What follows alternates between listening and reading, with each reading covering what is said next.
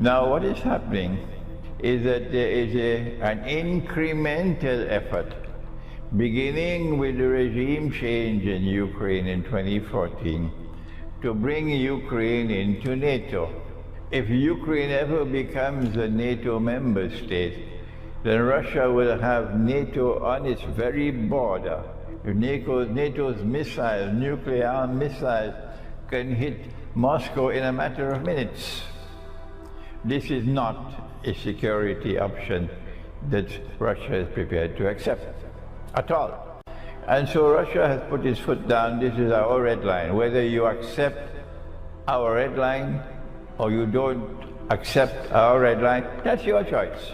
This is our red line, that we will not allow a next-door neighbor state to pose such a tremendously dangerous threat to our security. So we're going to take steps to ensure the protection of our own security.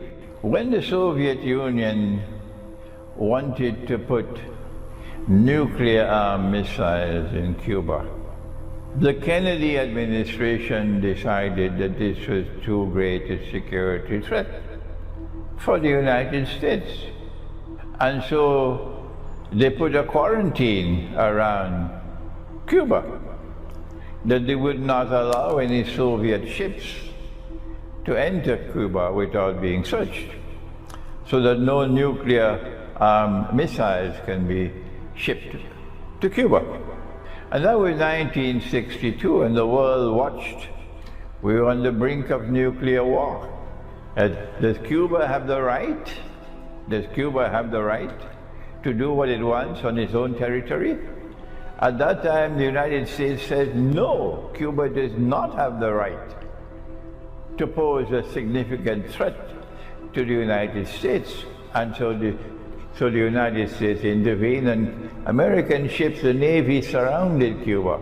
And the Soviet ships were coming with missiles.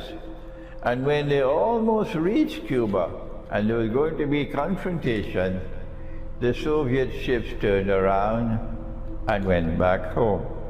And so nuclear war was averted. Let us remind all those who are beating the drums, for Ukraine, let us remind you, if you need to be reminded, that in the same way that the United States expressed its concern for its own security and would not allow Cuba to have nuclear missiles that could reach the United States, similarly, Russia has to be recognized to have a right to protect its own security.